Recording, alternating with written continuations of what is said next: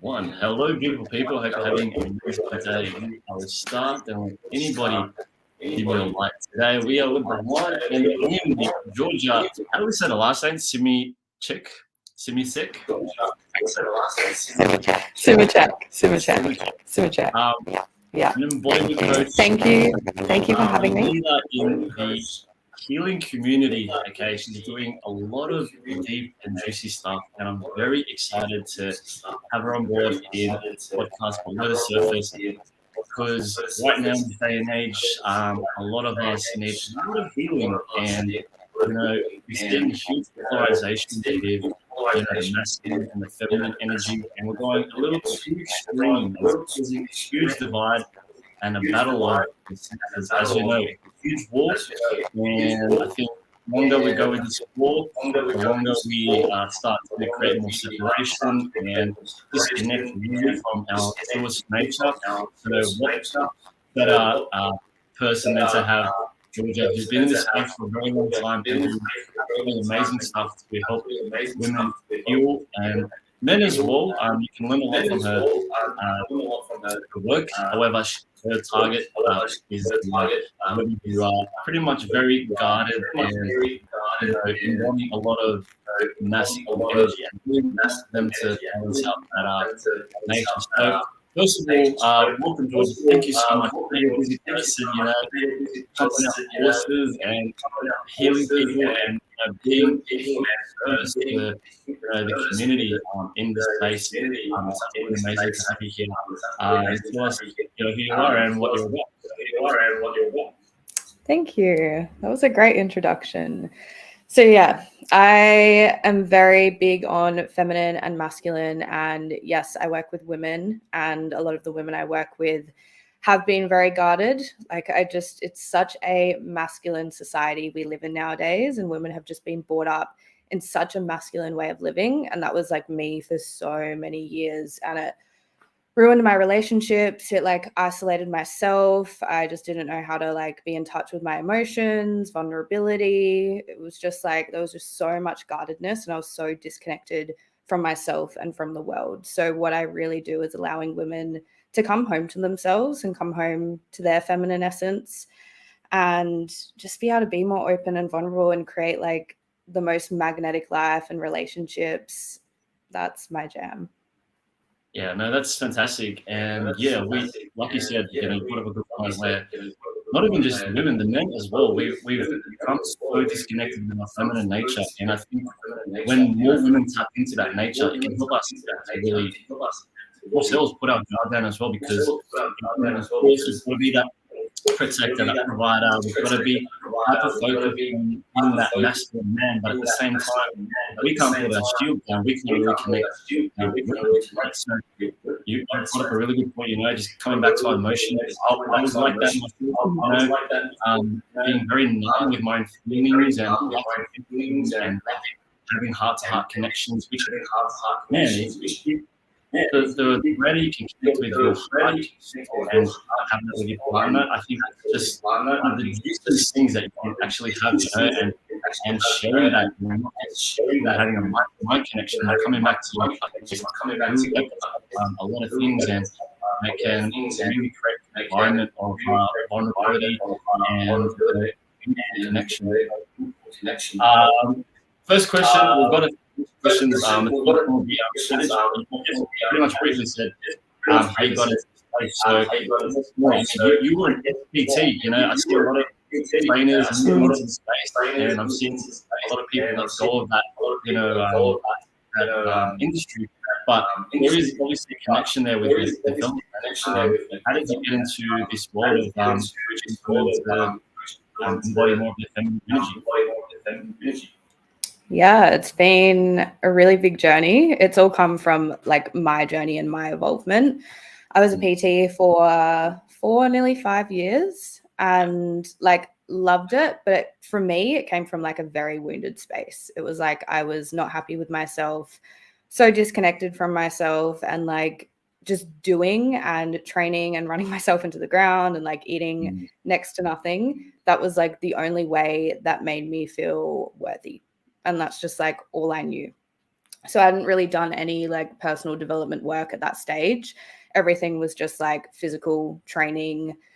So that's how I got into it. And as it evolved, I just like naturally, I just cared about people as a whole, like not just what they looked like. And I started seeing my clients have amazing transformations mentally. And then going through that myself, I was like, there has to be so much more than just training. So started my personal development spiritual journey, and as you know, like once you dive into your like spirituality and have a spiritual awakening, like everything fucking changes and your whole perception of the world changes. So yeah, that was really where I was like, I am destined for so much more. And the more I've connected spiritually, the more I've really connected to like my soul's purpose and why I'm here on the earth. For me, it was always like I knew I wanted to help people straight out of school. It was like, I'm going to be a nurse to help people, then I'm going to be a PT to help people. And now it's like, it's so much deeper than that. So really seeing that and knowing that has what has gotten me to where I am today. And just like, yeah, just society and the wall I had up and living in my masculine, being able to break that down and like be where I am now and just be so open and connected to my feminine and just living the life I live. It's like I want everyone to have that. That's amazing. And you brought up a good point. And with letting go and tapping into that intuition, where a lot of us aren't really taught what that is. The difference between intuition and ego, whether it's based on self, service, and when you see that calling, it's very hard to resist that.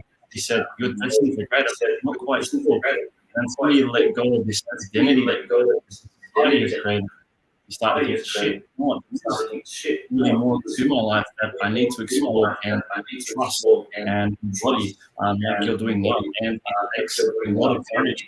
A lot of people, have that community and like those tools to tap in. And that's where you step in, getting more of that feminine nature forces to really tap into not just our cycles, but our feeling, our desire to be more aware of it's just sort of knowing this way where I know I've got to be there, but I have to let go of this old story that I'm playing because it's again like it's just a vicious cycle where it's just this is where I got to be. I know, like there is and believing that and trusting that that's my destiny. That you said.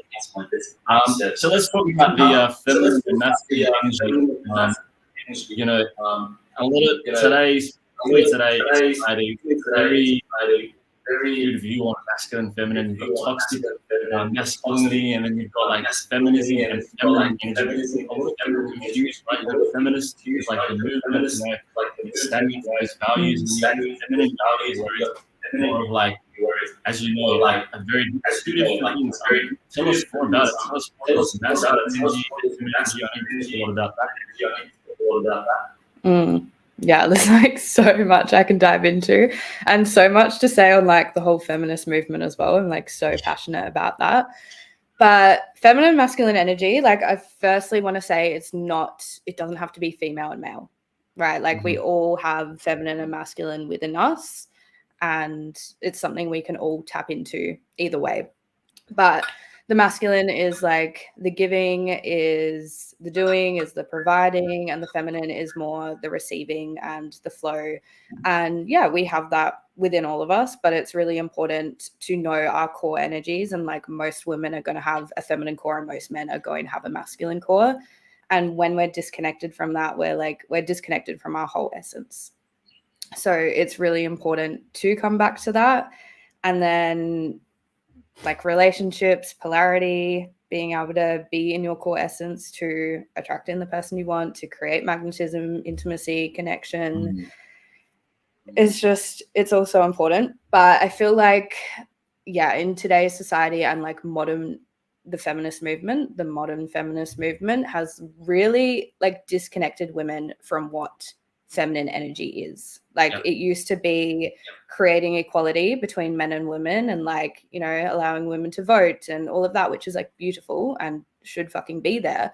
But now it's gone too far where it's like this whole like fuck men, like women are better than men, women stepping into like full power, like this full boss babe hustle energy, and just becoming so disconnected from their feminine core. And like that's all they know now. And it's like coming out of this like proving and overpowering energy versus like softening into their feminine.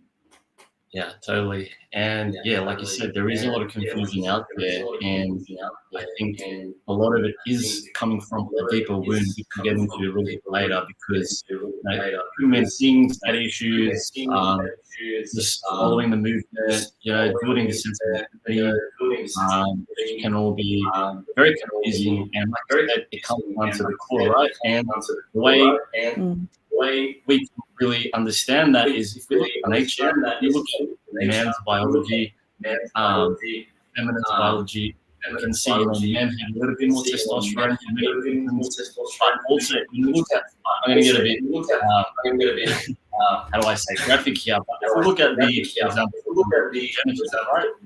Men is very penetrating, very golden, very rigid, whereas women, down the line, they're a bit more receiving, it's more flowing, and once you start to understand your own biology more, it starts to tap you more into masculine and feminine energies. And like you said, we all have it.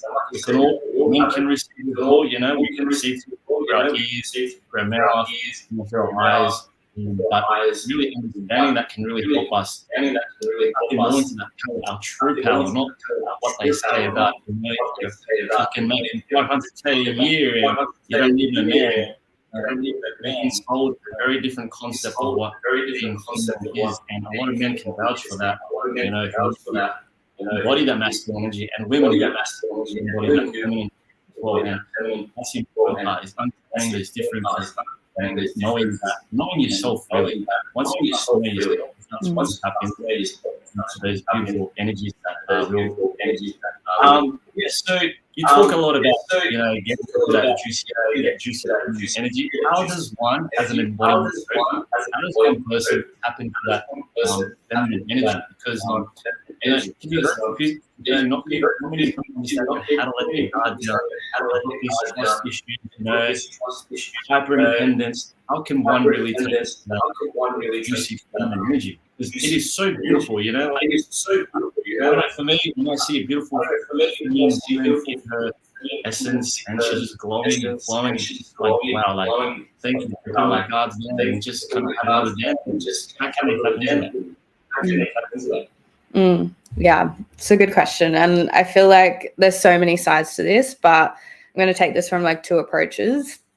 One is like the deep trauma, diving into your core work, like the daddy issues, the mummy issues. If you're we all hold on to trauma. Like even if you had the most amazing childhood and your parents were amazing, or your caregivers, there's still trauma you're holding on to. They could have given you everything, but it can still not be the love that you like truly desired. And that's something we really hold on to. So diving into inner child work, this is what I do a lot, and really releasing what we didn't get, the trauma we're holding around that, and being able to receive that again is like so important, especially how like women are so in their masculine. The reason they're so in their masculine is because they have so many daddy issues. They just like have a terrible relationship with the masculine in general. So it's really diving into the wounds around the masculine and being able to let your guard down that way. But there's also like no step by step to embodying your feminine. I feel like people try to embody their feminine in such a masculine way these days. It's like, okay, cool. What do I have to do to become feminine and embody my feminine? But there is no steps. Like if we put it into steps, if we put it into strategy, it then becomes masculine. It defeats the whole purpose. So it is so different for everyone. And the feminine looks so different for everyone. Like how I embody my feminine is going to be so different to the next person. And there's so many like archetypes and parts of the feminine. It's not just this like love and light and flowy side. There's like the dark feminine as well. And so many archetypes within all of that.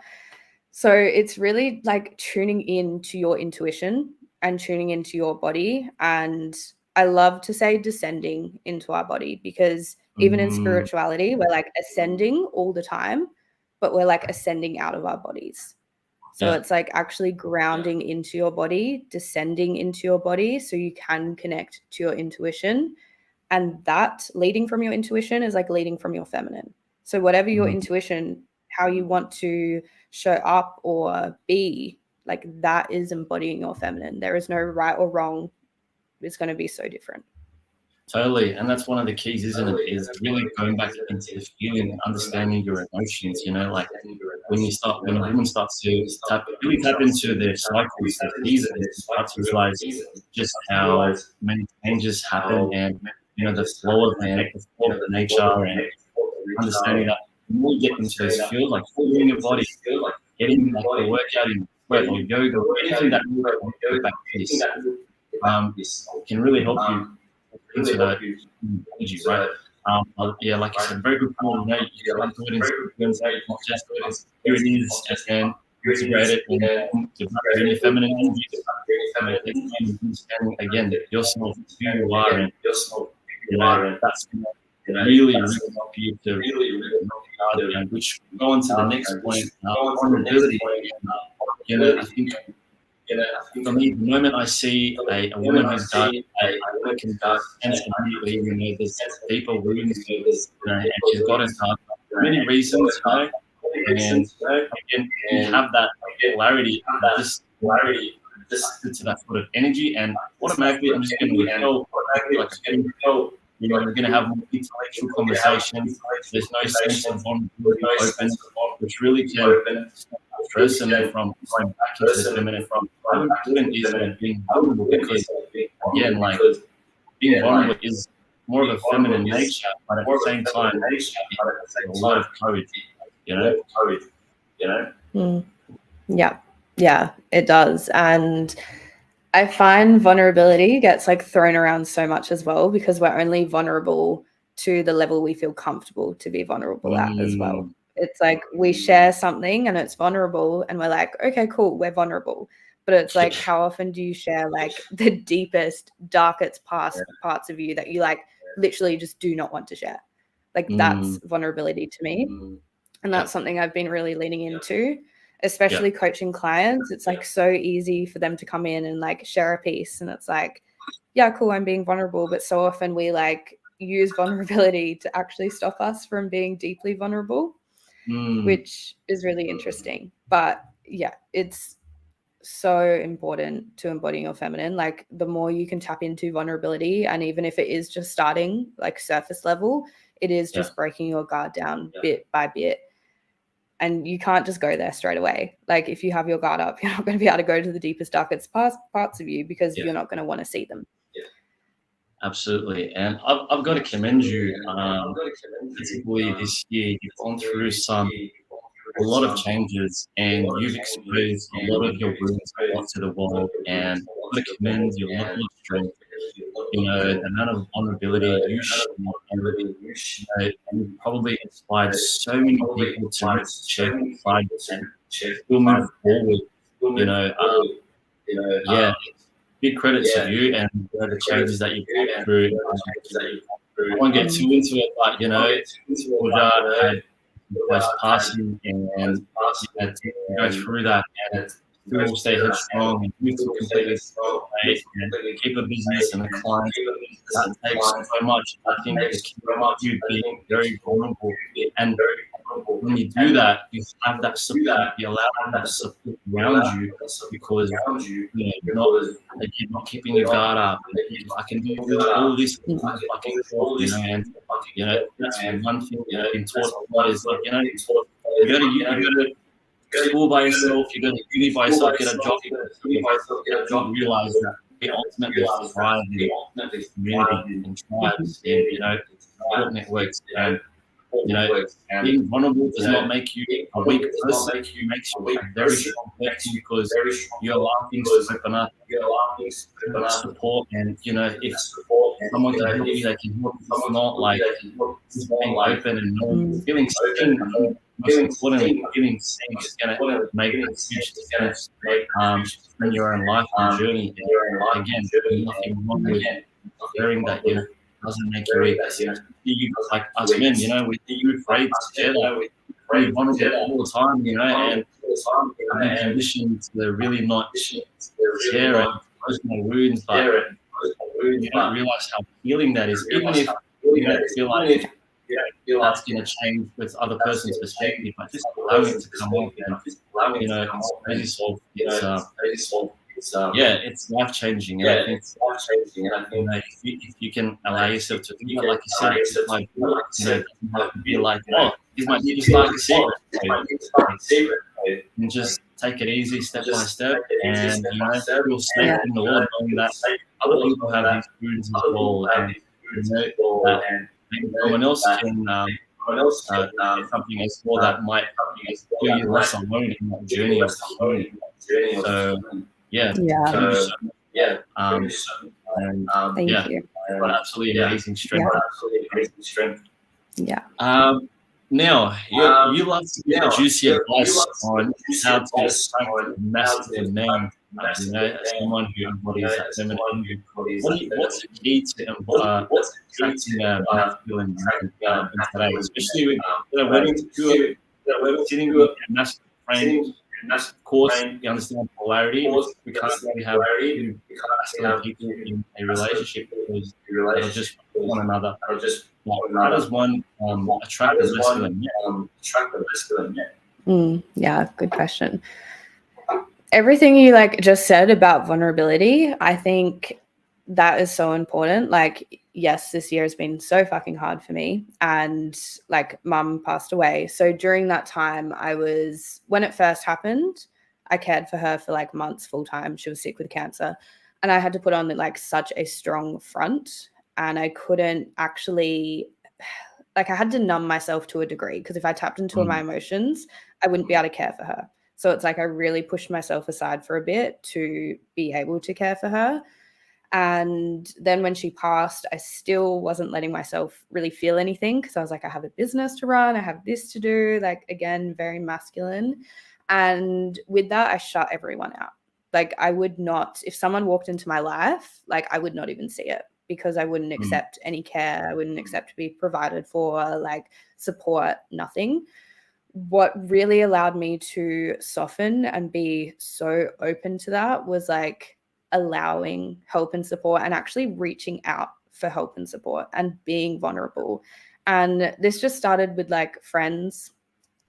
It's so beautiful as a woman to receive feminine energy and feminine support. That really cracked my heart open a lot, and just being able to not be okay and just be in my emotions and be in my chaos. The feminine is so chaotic and emotional, and it's beautiful.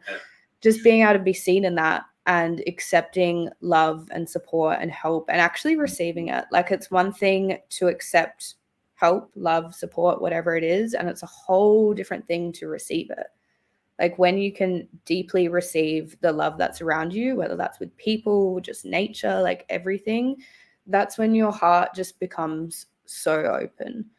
So as that happened, I just I became so much more open. I just felt so much more love, receiving love from other people, which allowed me to have so much more love for myself, and my self-worth just went through the roof. And this was all through community and all through tribe. If I didn't have the relationships I do in my life, I can just honestly say I would not be here. So being able to really surrender and soften to having a man provide is really, really powerful, because it's if you're still in this energy of I'm a strong, independent woman and I don't need anyone, it's a beautiful man will come in, but you're just going to completely repel them. You're not going to allow them to come into your life, because you're not going to open to it. So it's really just leaning into it and practicing opening. And I think dating is so beautiful, just meeting so many different people, and you just learn so much about yourself, and you just learn triggers that come up, and see how you're guarded, and you get to soften into that. So really, the more you can surrender into yourself, surrender into your emotions, be cared for, allow yourself to be cared for, receive Yeah. on a deep level, like that's when you're going to receive a man, because it's attracting, it's receiving. Yeah, totally. Creates that reciprocal energy. And, like you said, importantly, guys want to naturally be that giver and provider, and they can't do that for you unless you have that environment receiving. And it's just in our nature to do that. We love to do that. It makes us so happy. And, yes, it's important to be independent, but not to the extent independent. Eventually, nothing else a man can do for you, and you're just going to continuously project that sort of energy. I'm a Mr. Independent person. You know what I mean? A man, and well, guess what? The man wants to be with you, and that's usually yeah, very good point. Vulnerability is very important. Being just allowing yourself to share open your heart, and that's a big key. Yeah. Now let's get into now feminism versus feminists. Feminism versus feminine energy. Very different things. Which we could talk so much about. Let's understand the differences of feminism and being feminine. What is the difference? I view feminism now as like, it's just such a masculine way of living. It's so like, it's just putting things into a box and trying to rise against everything. And it's kind of like, to me, it feels like rebelling energy. Yeah. Whereas feminine energy is like something you embody and you soften into. And it's just like multidimensional. It can't be put into a box. It's something you just be and something you are. And then I feel like feminism is something people are trying to be and trying to prove. And it's just like, it's two completely different energies. Like, feminism to me just feels so ick, which is just so weird. Like, I get so many comments, especially on like TikTok. The amount of comments I get about being a misogynist is just like insane, when my whole soul's purpose is to like literally allow women to be in their power. Yeah. But it's like waking up to the fact that like gender roles as well, that biologically men and women are so different. Like, I don't want to be equal to a man. I want a man to be able to provide for me in whatever way that means. It doesn't just have to mean like financially. It means so many things, just to put that out there, because so many people think that. But I want a man to be able to provide for me, so I can be soft, so I can be nurturing, so I can nourish. Like, naturally, as women, as feminine beings, like, we want to raise a family, have kids. Like, I want to be able to have kids, and I want to be able to nurture them and like put my love into them, and like nurture my husband and like allow him to provide and work and do. And so many women are just so opposed to that because it's not equal. But it's like, we are equal, but we're also not at all. We're powerful. We're like equally as powerful, but in such different ways. And when we can really harness that is when we really have harmony in a relationship as well. No, that's beautiful. Definitely. And I agree with you with a lot of the points that you've made. And, there is, again, a skewed perspective on the differences. And, because you might be submissive to a man, it doesn't make you weak, less than a man. It's just putting yourself in a position where he can provide for you a life that you desire, truthfully, not based on what society's told you, not based on what your friends have told you or what social media have told you. It is beautiful. It is so beautiful to raise it's so beautiful to want to be nurturing. It's so I respect women so much who can take care of a child. I don't think many women or people realize just how deep it is to give attention to a child all the time and nurture them and be nurtured and uphold the society, because you've been taught so much. No, you've got to go to work, you've got to make money, you've got to do everything as much as a man, when really a lot of that you could dive into a whole fucking rap. That is also to take you step out of your household and see what you need to do while your children are being taken by someone else and programmed in an entirely way where you don't have that say in nurturing and, sharing those beliefs and values, and unless have half a child who's been looked after by someone else. Yeah, like you said, it's so powerful for a woman to step into their nature and in their, say, gender role. But each to their own. You can live life you want. No one's telling you what to do. No one's telling you how to live your life. No one's taking that away from you. Be independent. Want to admit one of you. That's fucking amazing. But again, if that's the life you desire, and you find yourself alone, with no children, no family, that's the life you manifested. And at the end of the day, if a woman wants to just be a mum, and she loves that, neither should the women, the feminist women, take women from them. That's what they desire. It doesn't make us less of a woman, less of a human being or a man. So. Very good points, and I think again, going back to healing those rooms and those ideas around what a feminist is, what a feminine is, what a feminist is. Again, like you said, it keeps me. It just injures me when I see women do this out. I don't know what the fuck you're trying to put into everybody. Men really do not give a shit at all. They just don't. They don't care how much money you make. They don't care how well you do in your career.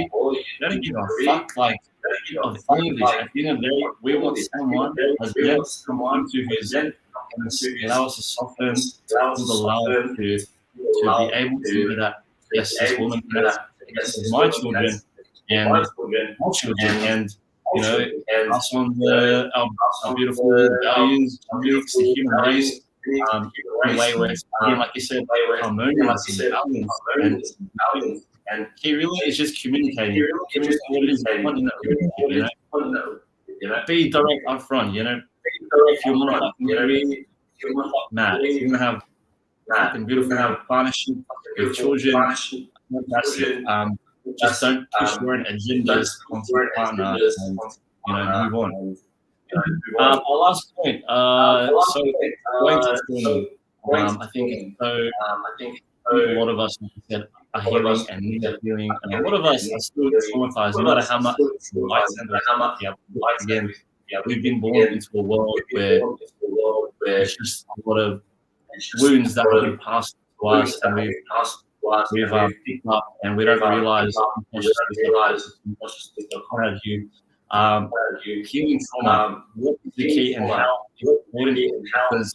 Because again, like you said earlier, relationships are the perfect container in those wounds, right? How can we do the inner work? How much of it is going to help us back into our truest nature, our truest. Yeah. When it comes to healing trauma, it's like something our logical mind cannot make sense of and shouldn't make sense of, because our body remembers. And when it comes to trauma, you can't mindset your way out of trauma. So releasing trauma somatically, through the body and tapping into your unconscious mind, that is where all the power comes from. And you can heal trauma in so many ways, like inner child work, diving into visualizations, accessing your unconscious mind, breath work, even movement and dancing. And there's so many practices and things you can do. I personally believe it's just so important to be guided by someone with that, because doing it yourself, if you're first diving into this, it's really fucking scary. And the thing with trauma is we don't actually want to see our trauma because we've suppressed it. It's in our unconscious mind. Our conscious mind actually doesn't want to access it. So if you're beginning to do this work and you try to do it by yourself, there's a really good chance you're actually not even going to go there. So having a space where you have that safety and you're guided or held by a tribe or a community in whatever way, that is going to allow you to have deep safety to actually release that. And there's so many modalities and things you can do, but your body just always remembers. And then it just goes so much deeper than just us in this lifetime as well. Like there's so much ancestral trauma, like generational trauma.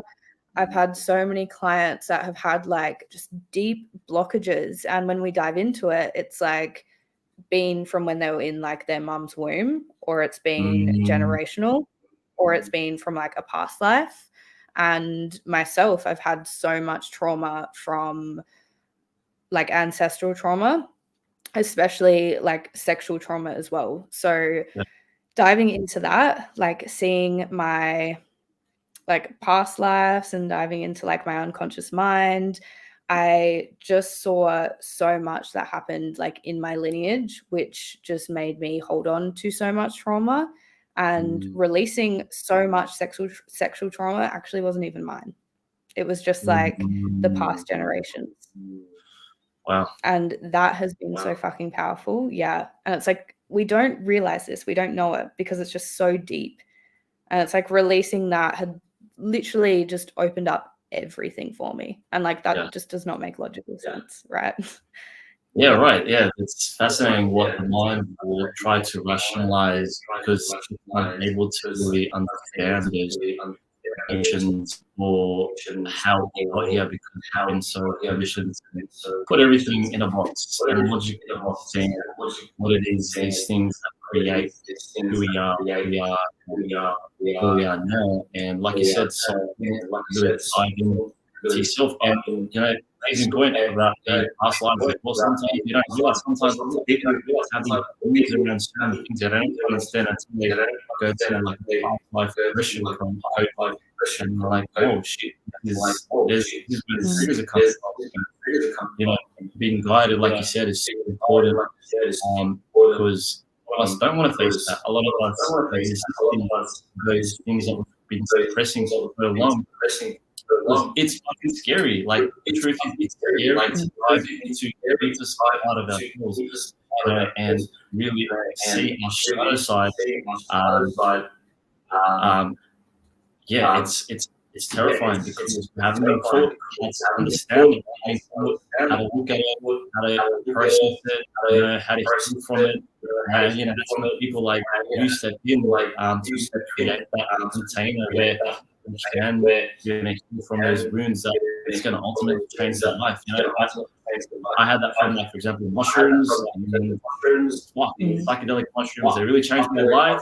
The wounds came up, I was guided by this beautiful power, and the amount of things that came up, I just couldn't process it, but I was guided by medicine, and seeing that just, you know, was so healing just to actually face it because we're so distracted by food, by pleasure, by social media, by work, by money, television, you know, and you know, and I think the deeper we can go into ourselves, the more we can heal the world. And we can manifest for yourself, you heal the world. Don't try and heal people, heal yourself first. You know, that's going to make the place. We've got a question from Sammy. Hi, can childhood trauma cause permanent issues in adulthood? What do you think? Can it cause what? Permanent damage, permanent issues in adulthood.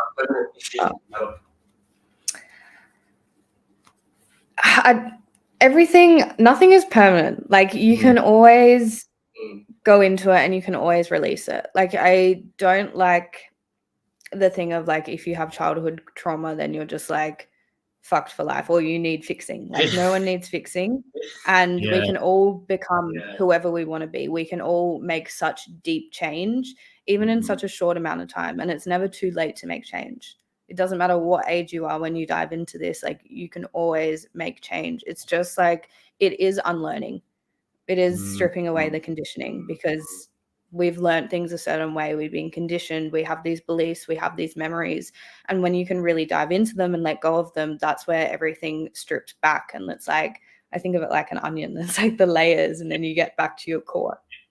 Yeah, totally. I agree. You know, time is not linear. It's so multidimensional, and you know, you can access yourself to your child self can really heal those parts and help you change who you are right now. You know, ultimately, these things are just stories, you know, that you tell yourself, but don't identify with them. And once you can understand that and disconnect yourself from the ego, which is what it's totally about you, start to realize, okay, I'm literally like love, what have you, like just pure energy. So figuring out a story, understanding these things in this experience. So yeah, it's not permanent. You know, these things can heal from. As long as you, like she said, dive in, do the inner work, you know, heal, find yourself in a coach who can guide you through that process. Because you know, for so long I've resisted like therapy and things like that.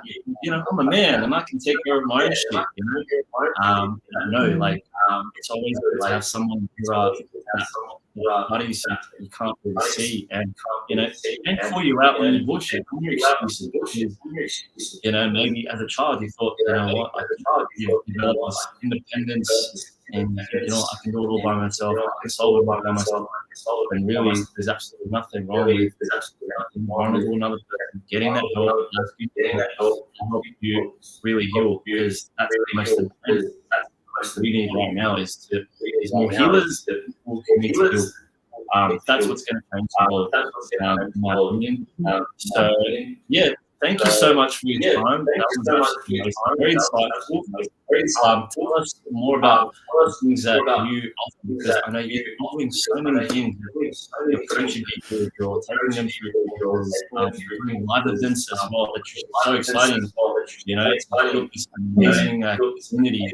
Please tell us where we can find you, and you know, all the things that you offer that can help really change women's lives. Yeah, beautiful.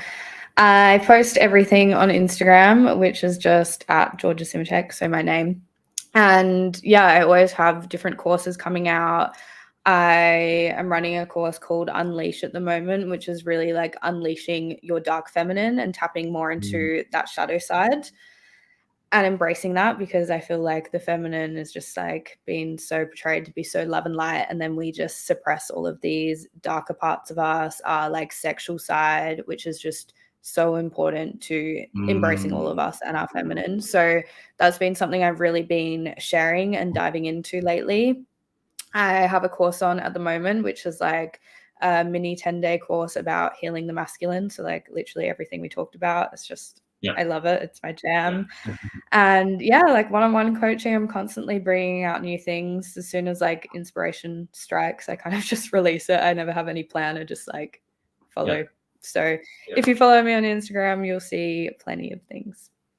Yeah, amazing. Again, Georgia, thank you so much for doing so many incredible things, healing the world as you are healing yourself. That takes a lot of strength, you know, and doing that and stepping up to that as well.